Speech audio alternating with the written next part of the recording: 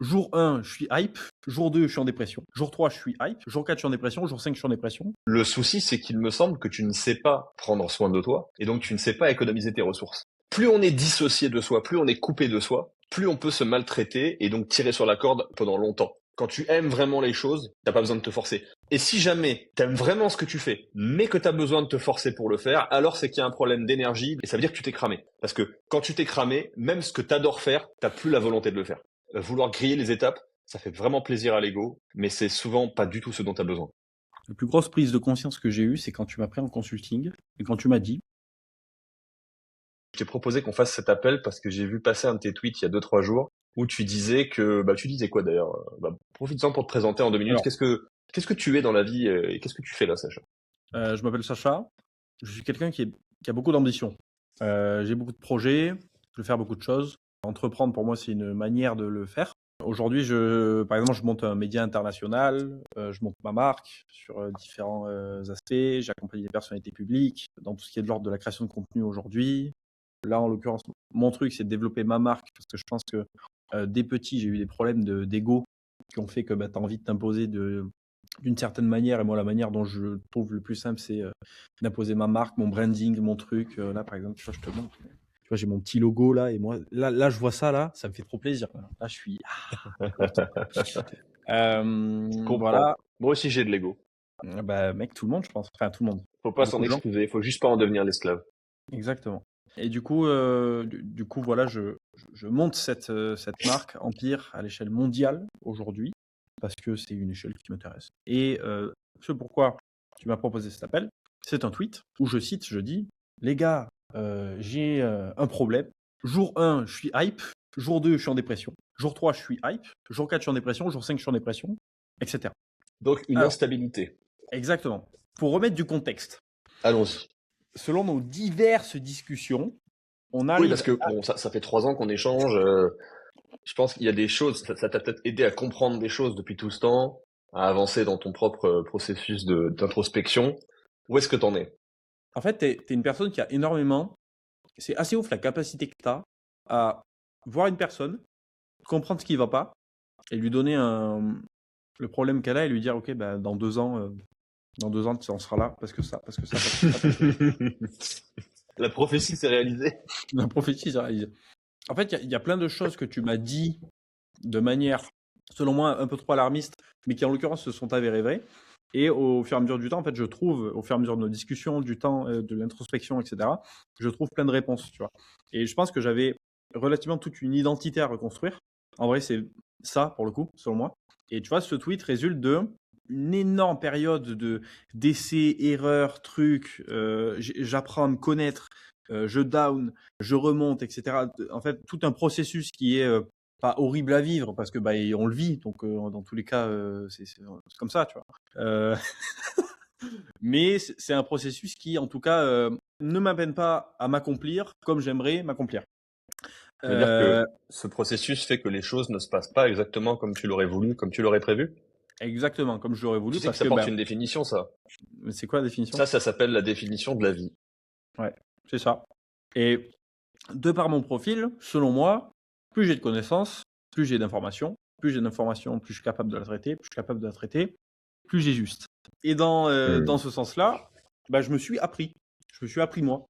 Donc Ok. d'abord, ça a été apprendre à comprendre mon rapport aux autres, à comprendre mon rapport à moi-même. Et après, quand l'intellectualisation ne marchait plus, on est venu à un système de ressenti. Donc là, je me suis posé la question de qu'est-ce que je ressens. Pourquoi je ressens ça. Ok, quand je fais ça, je ressens ça. Par contre, quand je fais ça, je ressens ça. Et du coup, à exclure et à réintégrer certaines choses. Et donc, dans ce sens-là, ce tweet, il résulte de quoi? En fait, ce tweet me donne 2 choix. Il me donne premier choix, je me mets dans une case, je ne priorise pas ma santé.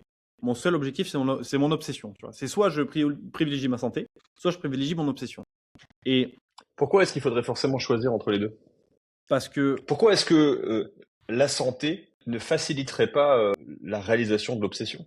À parce moins que que, l'obsession qui est la tienne aille à l'encontre de ta santé. Auquel cas, il est clair non, qu'elle implique le sacrifice de toi-même. ce que j'appelle santé en l'occurrence, c'est pas, mal manger, c'est pas toutes ces choses-là. Ce que j'appelle santé, c'est santé mentale et bonheur. Oui, mais c'est Euh, aussi lié à ce que tu manges, hein. Enfin bref, tout est lié, hein. oui, bien sûr. Mais ce que je veux dire, c'est que en réalité, travailler, je sais pas, travailler entre 16 et 17 heures par jour, toute la journée sur le même truc, etc., de manière obsessionnelle, parce que tu ne peux faire que ça en fait, parce que c'est pas ce que ton corps te demande, mais tu vois, c'est très compliqué à ressentir. Mais t'es C'est ce que omnibulé par ce truc-là. c'est ce que ton ego te dicte. Je sais pas si c'est mon ego, en tout cas, c'est ce que je ressens. Ok. Parce que quand tu dis c'est ce que mon corps me demande, moi j'entends c'est ce que mon ego me dicte. Et tout à l'heure on parlait d'ego. L'ego c'est très bien. C'est comme le stress, c'est comme l'argent. Le problème c'est quand tu te fais dépendre de ton ego et que c'est ton ego qui mène la danse et qui dicte tout. En fait, ça dépend de ta définition d'ego, je pense, Artie. Bah, si c'est ego selon ce que j'entends moi, je ne serais pas forcément d'accord. Parce que c'est plus de l'envie que de l'ego, tu vois. C'est comme si tu voyais le monde, c'était le seul truc qui te faisait te sentir pas vivant, mais tu sais, tu bouffes des problèmes, tu vois. En tout cas, moi, mon cerveau adore ça. Et il mange des problèmes, Mhm. il mange, et il veut toujours des trucs plus gros, faire en sorte que ça se passe dans la vraie vie, que truc, que machin, tu vois. Et en fait, je sais pas comment vraiment définir ça. Si selon toi, c'est de l'ego, ce que je peux entendre que ce soit une partie d'ego, oui, sûrement. Alors, non mais c'est l'occasion de définir l'ego. L'ego, c'est un mécanisme intellectuel qui est là pour permettre ta survie, qui est là pour t'éviter d'être confronté au danger, à l'incertitude et au chaos. Donc l'ego, il peut être à ton service, mais il peut aussi se retourner contre toi. À ne pas confondre avec le désir, le vrai désir brûlant qui relève de l'enfant intérieur et qui, pour moi, c'est quelque chose de très sain. Être drivé par son désir, c'est quelque chose de très sain. Tant que ça vient pas empiéter sur le bien-être d'autrui. Après, tu finis sur l'île d'Epstein. Mais avoir de l'ego et en même temps être à l'écoute de son désir, c'est très bien. Avoir de l'ego, avoir trop d'ego, être complètement coupé de ses désirs, c'est problématique. Et n'avoir aucun ego, c'est problématique aussi. Parce que En du fait, coup, pour moi, ce qui relie les deux entre l'ego et le désir, c'est l'obsession, tu vois. C'est-à-dire que, par définition, tu ne peux pas être obsédé par quelque chose qui ne t'obsède pas. Donc, que tu ne désires pas, tu vois. Donc, tu es obsédé par quelque chose et tu es alors, c'est obsédé intéressant. tu es obsédé à un tel point que ton ego rentre forcément en jeu parce que bah, c'est ton envie personnelle de le faire, tu vois. Le problème de l'ego, c'est qu'il peut te détourner de ton vrai désir. Par ego, tu peux en arriver à confondre ton désir avec le désir mimétique. Le désir mimétique, c'est mimer ton désir sur ce que les autres ont, sur ce que les autres incarnent. L'humain est drivé par le désir mimétique. Si vous voulez creuser ça, vous lisez René Girard. L'humain est une espèce qui fonctionne par mimétisme. On veut ce que l'autre a. Par exemple, dans la séduction, la présélection, le fait qu'une femme est plus intéressée par un homme qui est déjà entouré de femmes, ça relève du désir mimétique. Et comme on cède très facilement à ça, ça peut nous jouer des tours. Parce que du coup, des fois, on a l'impression, on est persuadé que ce qu'on désire relève de notre désir, avoir telle voiture, telle maison, tel revenu, ou vivre à tel endroit, ou que sais-je, alors qu'en fait, ça n'est pas ce qu'on veut intérieurement. Ça n'est que notre désir mimétique, drivé par un instinct de survie, un instinct de se mettre en sécurité pour sécuriser l'ego. Bah, ça, tu vois, moi, je me base beaucoup sur mon ressenti, en réalité. Et quand je pense à quelque chose, je me dis, est-ce que je veux ça? Tu vois, par exemple, je me suis déjà demandé, tu vois, j'ai eu des opportunités où, sans rigoler, là, il y a enfin, il est possible de faire un Vas-y, million donne par des mois. chiffres, c'est bon, c'est bien ça. Non, mais Ça de va faire inspirer les gens. un Rappelle-nous, million. t'as 20 ans, J'ai 20 ans. t'es dans le business depuis quand? Sérieusement, depuis 3 ans, et après, j'ai toujours fait des projets, des trucs. Ok. Est-ce que extérieurement, on pourrait dire que t'as tout ce dont pourrait rêver un mec de 20 ans? De l'argent, un peu de liberté, même pas mal de liberté géographique, financière, de la réussite, en tout cas ce qu'on appelle de la réussite. Oui, oui, je pense. En vrai, oui. Ok. Vas-y, donne des chiffres. À chaque fois que je te pose la question, tu tournes autour du pot. Bah, c'est l'occasion là. Après, tu vois, j'ai les problèmes qui vont avec, mais oui, oui, bien sûr. Euh, Attends, du coup, je finis mon propos juste. Vas-y. J'ai eu des opportunités où, de manière plus ou moins cool, tu peux faire des sommes à plus de 7 chiffres, tu vois. Mais en l'occurrence, si c'est sur des domaines qui ne me plaisent pas ou qui ne me parlent pas, ah ben, j'ai pas envie. Tu vois. Et je pense pour des gens, ça pourrait paraître fou parce que les gens, ils se disent, ouais, mais non, mais quoi, comment Ouais, ça? parce que c'est très rare les gens qui ont passé ce stade de conscience à 20 ans. Quand tu es drivé par l'argent et que t'arrives à faire, tu t'en finis à faire des choses qui te plaisent pas au fond, au bout d'un moment, tu te rends compte que c'est vain, que Mm. c'est vide.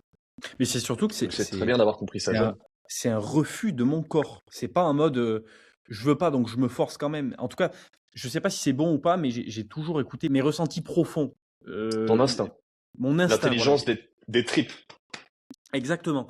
Parce que par exemple, si j'ai pas envie de faire quelque chose, mais que ça rentre dans mon obsession, mais qu'il faut quand même le faire, je vais le faire. C'est pas un problème ça.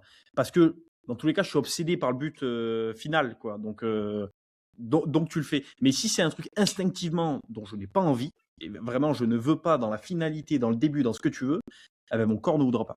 Et donc je pourrais pas faire. Oui. Et là, tu vois que la volonté qui relève du mental ne suffit pas Ouais. à aller à l'encontre de nos instincts les plus profonds et les plus vivants. Et c'est très bien. Exactement. Parce que l'instinct est l'instinct est un très bon maître. L'instinct et l'émotion sont des très bons maîtres, là où le mental est un très mauvais maître. Mais on est persuadé que le mental est un très bon maître. C'est une énorme erreur de jugement. Et tu vois, je te parle souvent de personnes genre MrBeast, Elon Musk, etc., tu vois, qui m'inspirent.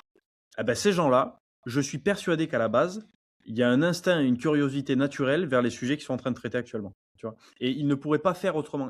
En fait, ils ne pourraient pas être à leur niveau de succès, à mon avis, si instinctivement, ils ne s'étaient pas alignés et obsédés réellement par ce qu'ils font.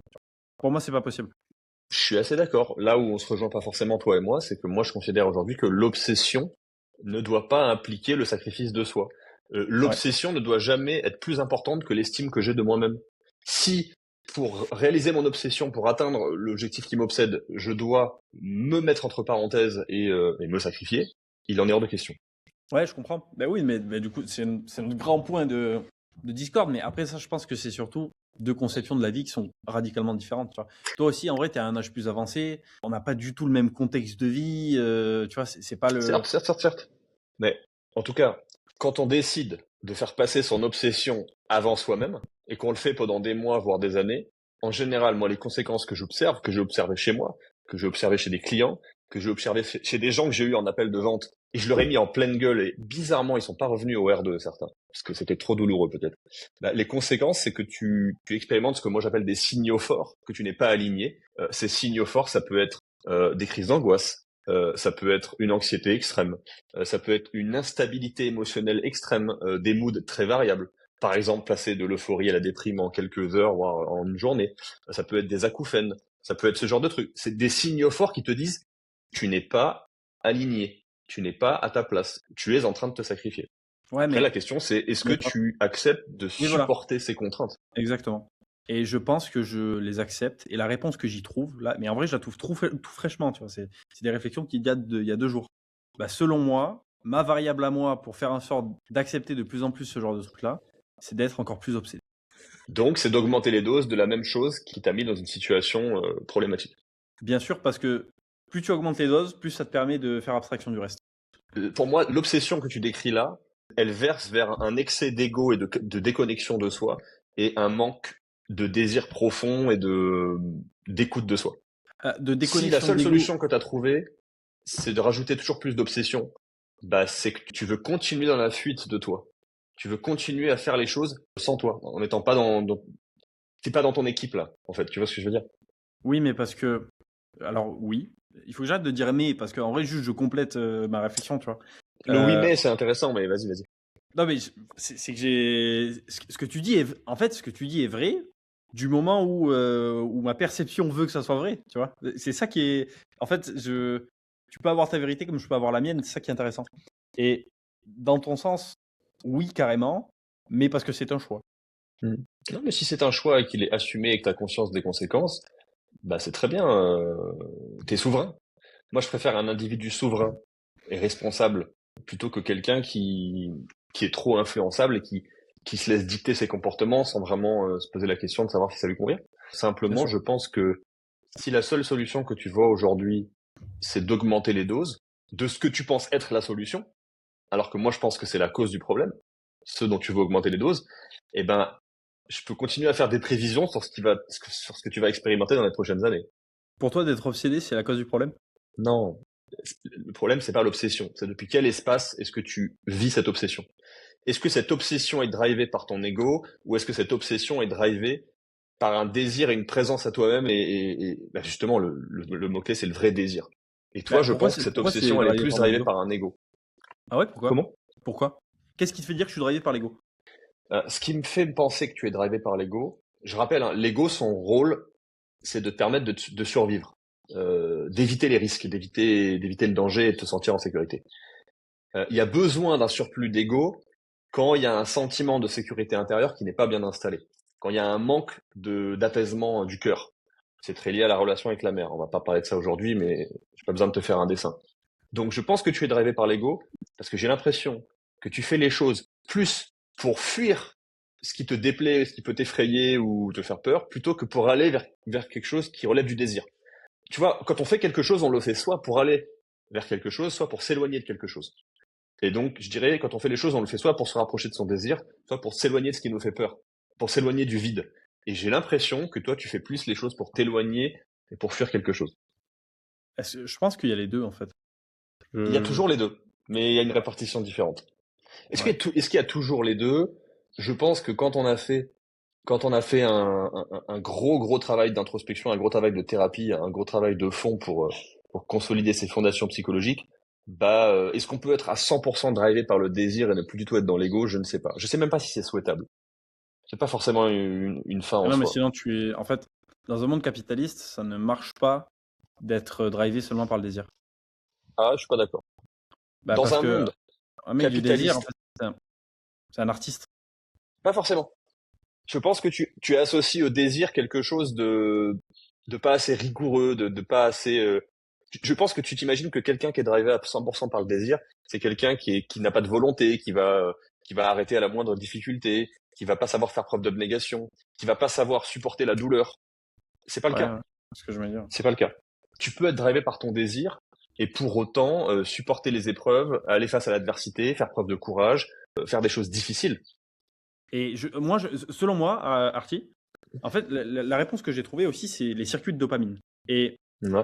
plus tu enlèves des circuits de dopamine, genre des réseaux sociaux, etc., etc., etc., et plus tu refocuses ton circuit de dopamine vers ton obsession, plus ton J'ai obsession vu t'obsessionne. ton commentaire. Ouais. J'ai vu ton commentaire. J'ai trouvé ça intéressant de faire en sorte que ta seule source de dopamine soit ton activité pro. Euh, je pense que c'est une stratégie qui est efficace puisque du coup, tu trouves beaucoup plus de plaisir et de motivation et d'attrait et d'entrain pour faire ce qui doit être fait dans l'objectif d'atteindre tes objectifs. Mais l'humain a besoin de détente. L'humain a aussi besoin de légèreté. Il a besoin de pouvoir exprimer de la créativité, il a besoin de pouvoir se relaxer, et ça fait partie du process. Et donc, si ton activité pro à aucun moment ne peut être source de relaxation, de légèreté ou source de créativité, alors ça ne marchera pas. Il Non, bien faut, sûr, il faut pas bien se, il sûr. faut pas se forcer à supprimer toutes sortes de distractions de sa vie. C'est vraiment vouloir Oui, se traiter comme un objet, comme une machine, et ignorer le fait que on fonctionne selon des cycles et que si on veut non, être bien au sûr. top à certains moments, il faut se reposer vraiment à d'autres moments. Non, mais je pense Mais dans tous les cas que faut pas confondre du scrolling TikTok avec de la vraie détente, hein, on s'entend. je pense que dans tous les cas, il n'y a pas de modèle à 1000% viable, bah, sinon on aurait un humain qui serait un robot. Tu vois. Donc en soi, Voilà. Courir après la perfection, il n'y a pas de ligne d'arrivée, tu peux courir longtemps comme ça. c'est juste que en fait, tu crées de plus en plus de systèmes pour faire en sorte que bah, tu sois le plus efficient possible à n plus l'infini possible. Tu vois. Alors ce terme-là, il m'intéresse. Chercher à être le plus efficace possible, pour moi, c'est une vraie bêtise parce que la recherche d'efficacité, la recherche vouloir atteindre un objectif à tout prix. Quel Mm. qu'en soit le coût, quelle qu'en soit la dépense énergétique que ça implique, de temps, d'énergie, peu importe. Tout est énergie de toute façon. L'efficience, c'est chercher à mobiliser un minimum d'énergie pour atteindre un maximum de résultats. Donc c'est améliorer le rendement de ce que tu fais. Donc ça, c'est intéressant. Ça, c'est très intéressant parce que c'est appliquer un filtre écologique à ta manière de fonctionner. Écologique au sens Mm. propre. C'est Mm. économiser tes ressources. Ça, c'est intéressant. Mm. Toi, tu as 20 ans, donc tu as beaucoup de ressources, tu as beaucoup d'énergie. Le souci, c'est qu'il me semble que tu ne sais pas prendre soin de toi et donc tu ne sais pas économiser tes ressources. Et donc comme tu ne sais pas économiser tes ressources et qu'en plus tu fais tout à côté pour optimiser tes ressources, pour optimiser ton énergie, c'est bien, mais tu vas quand même finir par dépenser toute cette ressource puisque tu cherches l'efficacité.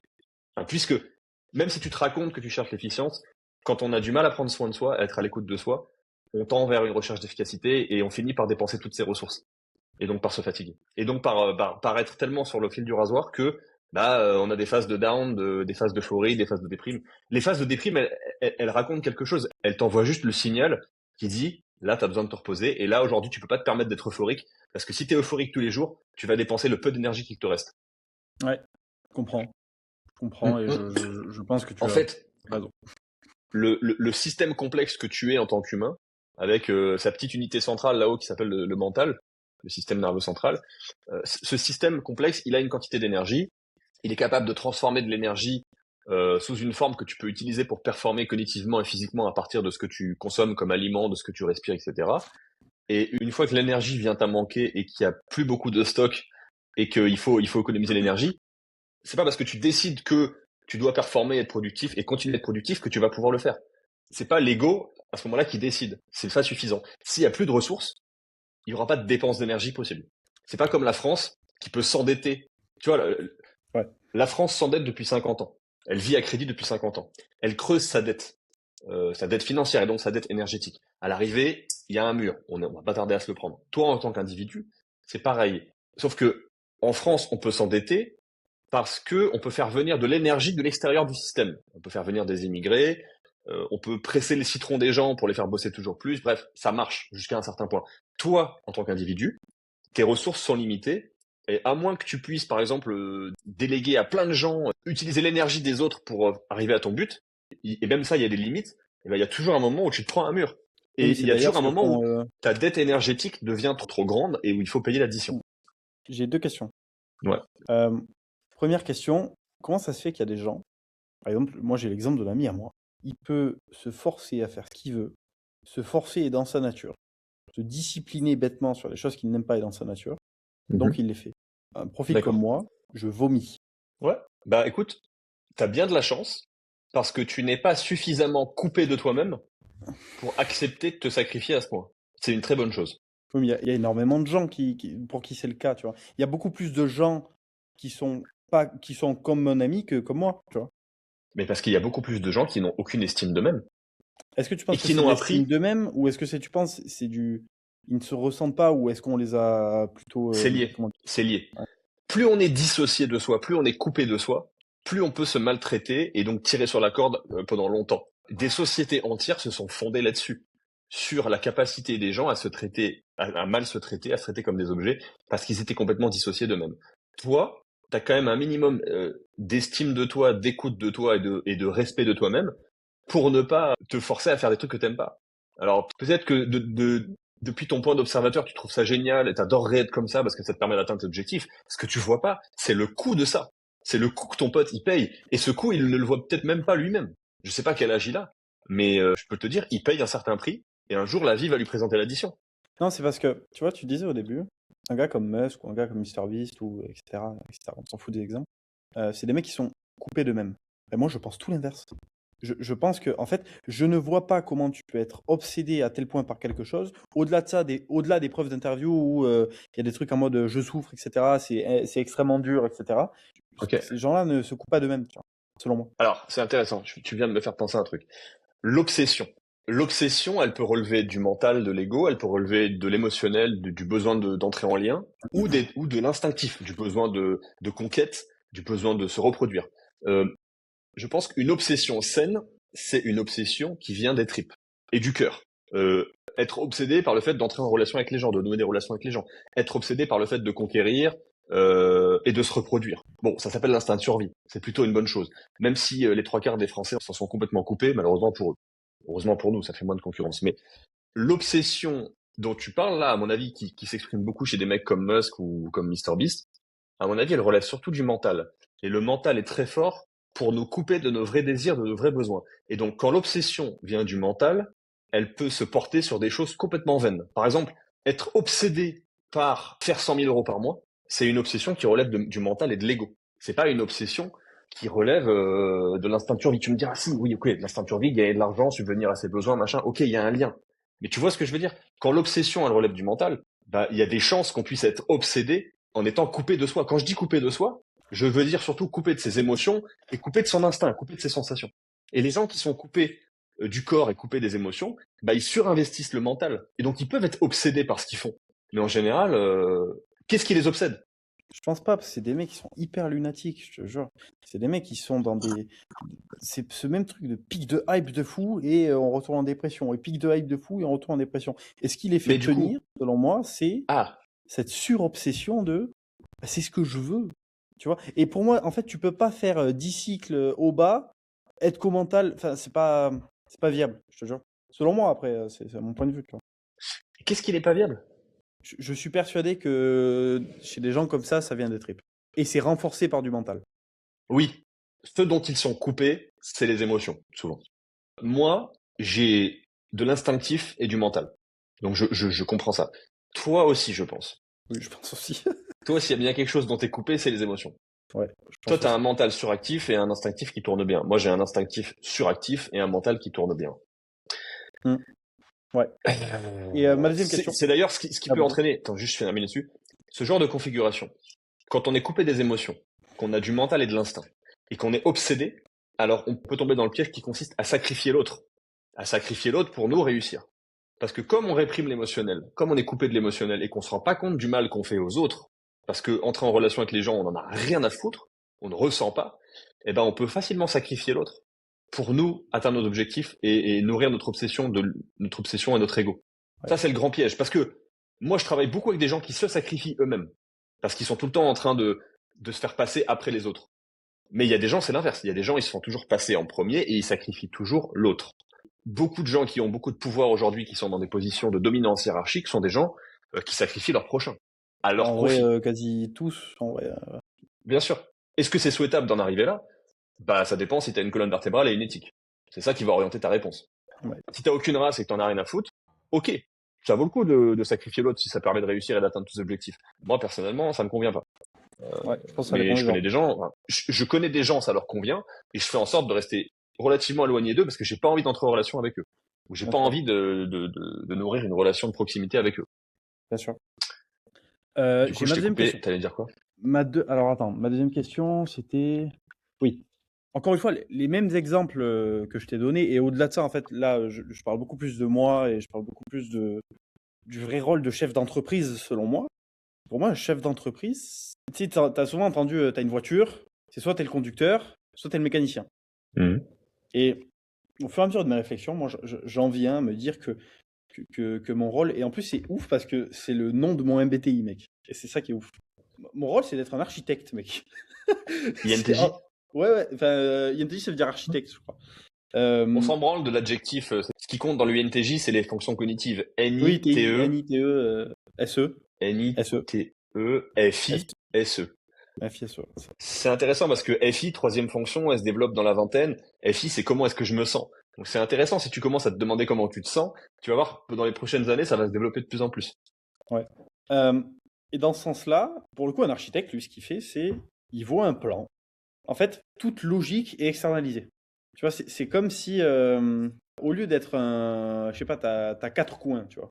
Au lieu d'être un coin parmi les quatre coins, eh ben, t'as une vision extérieure qui voit les quatre coins, tu vois. Et toi, tu te dis, ben non, là, faut faire comme ça. Ce que Là, tu es faut en faire train de comme me ça. dire là, c'est que l'INTJ, il a du coup de l'intuition, donc il est capable de voir la big picture des choses, de prendre du recul, de penser Mm. systémique, et il est bon pour processiser, faire du consulting et concevoir la stratégie. C'est pas le meilleur pour exécuter. Exactement. Et selon moi, Ouais. et selon ce que je vois des architectures, des systèmes que font les autres, tu prends Musk. Musk, c'est un gars qui construit un prototype, enfin qui fait construire un prototype d'ailleurs, si jamais.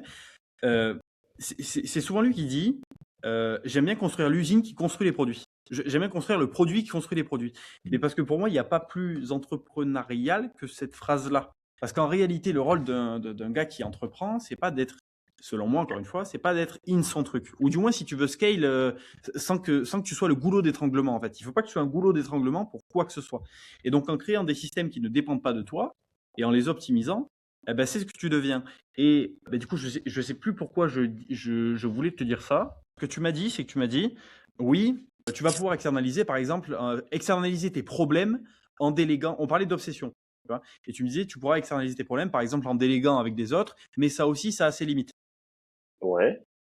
Et donc, C'est pas que ça a ses limites, c'est que ça dépend comment tu le fais. Est-ce que tu délègues et tu considères les gens à qui tu délègues comme des humains et tu respectes leur altérité, ou est-ce que tu délègues aux gens comme si c'était des objets et tu les traites comme des objets? Pas la même chose. même dans ce Je connais sens-là, des alors, gens qui délèguent énormément de choses et qui le font de manière très propre, qui payent les gens correctement, qui les considèrent comme des gens et qui sont à l'écoute et qui essayent bien sûr. de pas le faire en les sacrifiant. Hmm.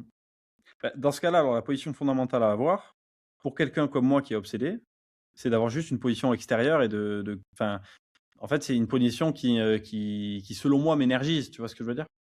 Oui, parce que c'est une position où tu fais ce que t'aimes, tu fais ce dans quoi t'es bon, et tu fais des choses qui ne génèrent pas trop de friction pour toi. Ça, c'est quelque chose que t'as déjà très bien compris, c'est quelle est ma place, où est-ce que je me sens bien, dans quel rôle. Ça, t'as très bien intégré. D'ailleurs, on avait eu une discussion il y a 1 an et demi, je pense, sur le MBTI, on avait parlé de tes fonctions cognitives, et je me souviens que ça t'avait bien aidé et que t'avais bien compris. Enfin, t'avais compris plein de choses sur, par exemple, pourquoi est-ce que Ouais, t'étais bon pour aider quelqu'un à développer une stratégie YouTube. ouais, c'est vrai, c'est vrai. NITE, bon ben, intuition introvertie, ok, ta niche c'est ça, tes clients c'est ça, donc ce qui a le plus de chances de marcher, c'est de faire ça. Ok, comment on fait ça? Bah, TE, pour faire ça, il faut mettre ça en place, ça en place, ça en place, telles étapes, tel truc, machin, et on bricole comme ça et ça marche. Ouais, exactement. Ouais, Hmm. ouais, je me rappelle. Non, bah, après, en fait, je pense que mon introspection, quand même, a pas mal marché. Ouais, je pense que tu m'as bien aidé sur plein de points, mais je pense que j'ai quand même. En fait, tu sais, ce qui est fou, c'est que la nature est tellement bien faite et les choses s'autorégulent tellement bien et tellement parfaitement tout le temps que là, t'as 20 ans. Le rythme que tu t'imposes aujourd'hui, je pense, il est déjà moins violent qu'il y a 2, 3 ans, hein, quand tu bouffais des panini, par exemple. Je pense que au fur et à mesure des années, ton FI, donc la troisième fonction cognitive dans le MBTI, va se développer. Et donc, tu vas être de plus en plus à l'écoute de comment tu te sens. Qu'est-ce que tu bois là? Tu vas être de plus en plus à l'écoute de comment tu te sens. Et donc, naturellement, tu pourras de moins en moins faire les choses sans toi. Tu pourras de moins en moins faire les choses sans t'écouter. Tu n'auras plus le choix. Parce que tu vas découvrir ce que c'est d'accorder de l'importance à comment tu te sens. Et Ouais, donc, mais du coup, c'est naturellement, trop les bien. choses vont se réguler. Hmm. C'est trop bien parce que Ah oui, oui, c'est trop. je te garantis, je te confirme, c'est trop bien. Ouais. Mais non, mais je pense que c'est trop bien parce que du coup, je pourrais aller me forcer à faire 17 heures par jour sur des trucs qui ont du sens pour moi. Et je pourrais me forcer à faire des choses, mais pour des trucs qui ont du sens pour moi. Moi, je pense que au bout d'un moment, tu intégreras, ou pas d'ailleurs, le fait que il n'y a pas besoin de se forcer. Quand tu aimes vraiment les choses, t'as pas besoin de te forcer. Le fait que tu aies besoin de te forcer, c'est un très bon indicateur qu'au fond, tu te mens à toi-même et que ce que tu fais, t'aimes pas tant que ça le faire. Non, mais alors, oui, Et non, mais si, attends, d'accord. je termine. Et si En fait, jamais, attends, et si jamais t'aimes vraiment ce que tu fais, mais que t'as besoin de te forcer pour le faire, alors c'est qu'il y a un problème d'énergie, de système dopaminergique, et ça veut dire que tu t'es cramé. Parce que quand tu t'es cramé, même ce que t'adores faire, t'as plus la volonté de le faire. bien sûr. Ça, des fois, je tombe dans ce genre de phase et du coup, je reset toute ma dopamine pour repartir avec une nouvelle base. Et après, je recrache. Et après. Mais mec, les crashs, par contre, c'est une dinguerie, mec. J'ai l'impression d'être une expérience à ciel ouvert. Les crashs sont de moins en moins fréquents. Et c'est trop bien parce que du coup, Mais à chaque fois, c'est une bonne chose, c'est que t'es en train d'aplatir la courbe. ouais, Là, j'intègre un t'as nouveau moins truc à chaque de fois, variations. une nouvelle data, ça je fais plus, ça truc, et c'est Ouais. vraiment trop bien. Et attends, Bah, du coup, qu'est-ce que je te disais? Euh, En fait, c'est pas se forcer. C'est que si. Et je suis d'accord, en fait, je suis d'accord avec toi parce que c'est sûr que c'est de l'ego, ça. non, mais De... tu utilises encore le champ lexical de je me traite mal, je me force. Mais t'es en train d'intégrer que ça te convient plus. Et petit à petit, les choses vont s'aligner. En Et fait, oui, c'est de l'ego. je trouve que tu as forcément un degré où tu te dis, je veux être premier, je veux de la compétition, je veux du truc. Donc forcément, c'est de l'ego. Parce qu'en fait, tu as raison, tu ne te forcerais pas s'il n'y avait pas de l'ego. Enfin, c'est pas que tu ne te forcerais pas, mais tu ne te forcerais pas à donner beaucoup plus que quiconque peut donner s'il n'y avait pas de la compétition en jeu et donc de l'ego. Donc je suis d'accord avec toi, il y a de l'ego.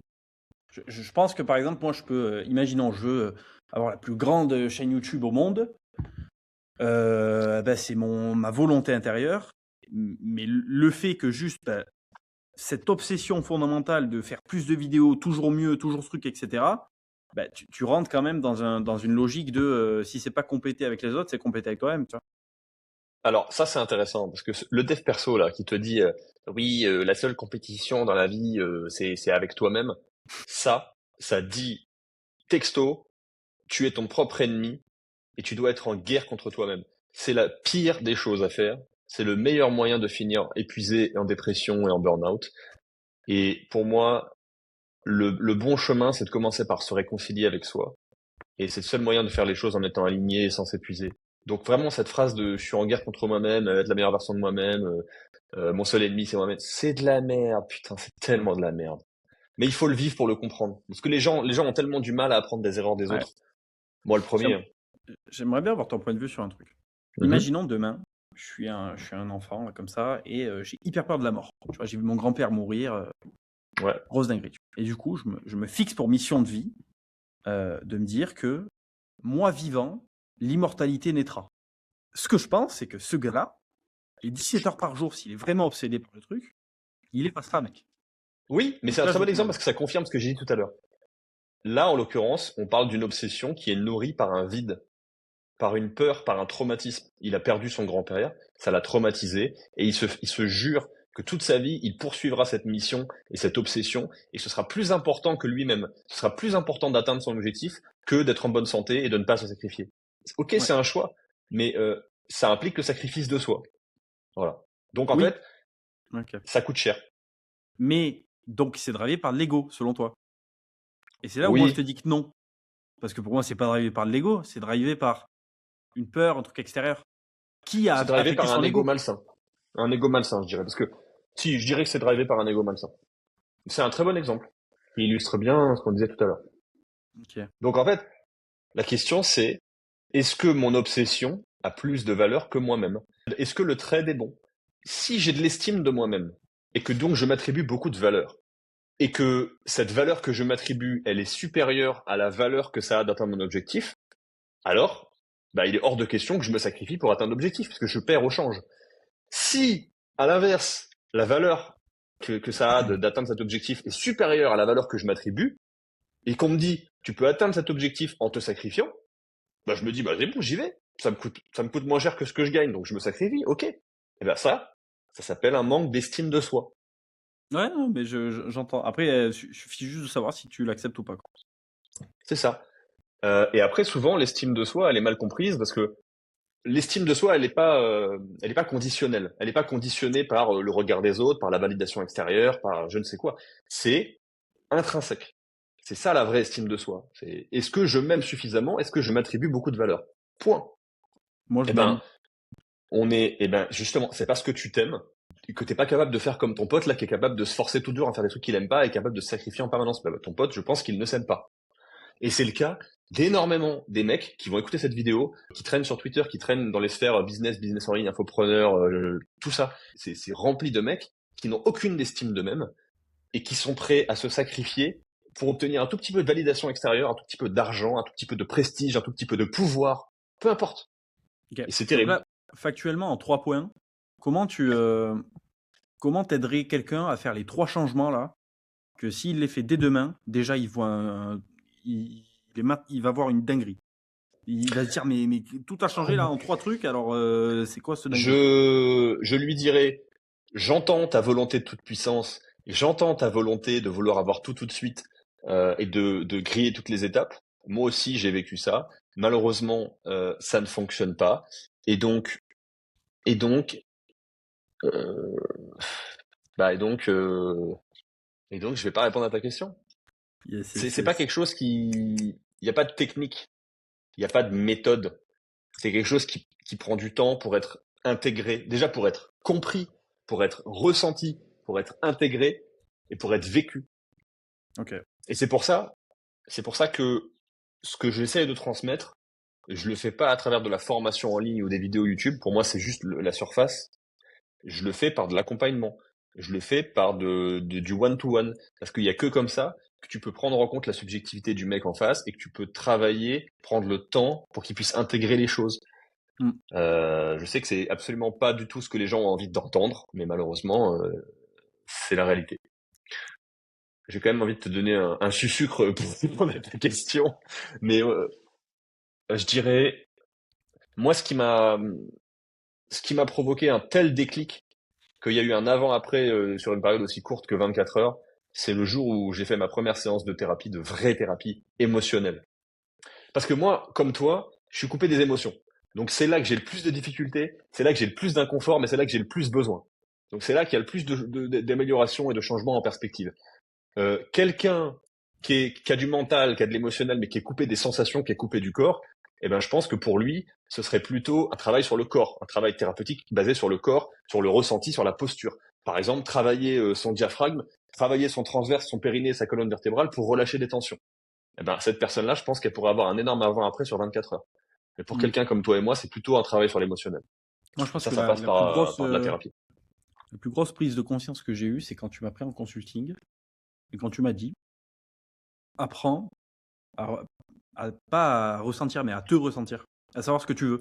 En fait, juste, tu mets pause sur tout, tu te demandes ce que je veux, tu l'intellectualises, et je trouve ça a trop bien marché.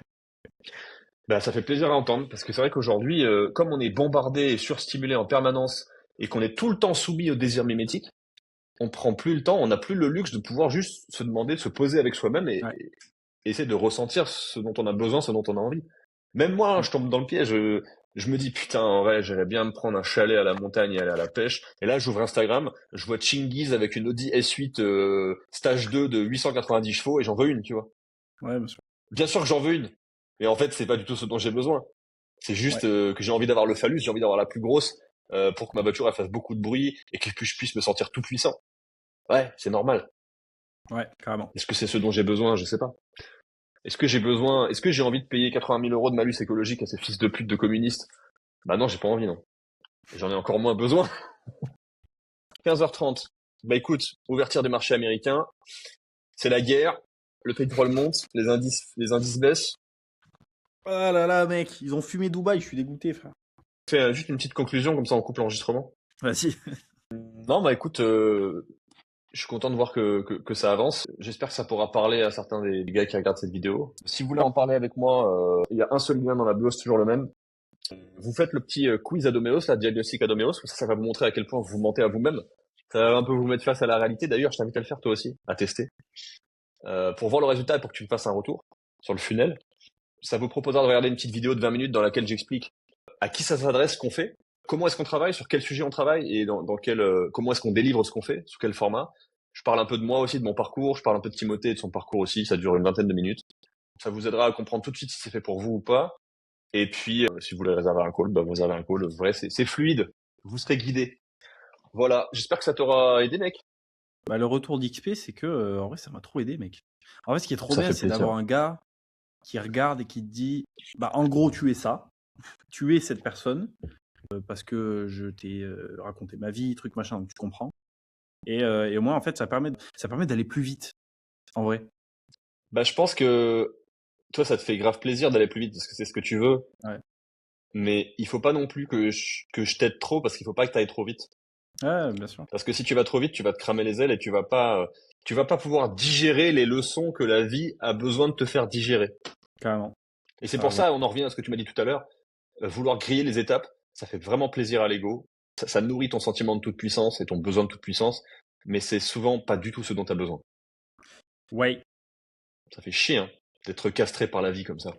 Ouais, mais bon, on trouvera toujours un moyen de disrupter, De trouver la faille. de trouver la faille, de trouver le problème à résoudre. Ça m'étonne pas de toi, ça. Et ouais. Ouais. Bon, allez. Sur ce, les gars, merci d'avoir regardé jusqu'ici. Sacha, merci d'être passé. Et puis, on se voit, ah, t'es sur Paris, là, cette semaine, tu m'as dit. Non, la semaine prochaine. Tu seras à Paris entre le 24 et le 28? Oui. Ben, on se capte. Vas-y. Vas-y, ça marche. Bah, écoute, on se voit sur Paris. Allez, ciao, les gars.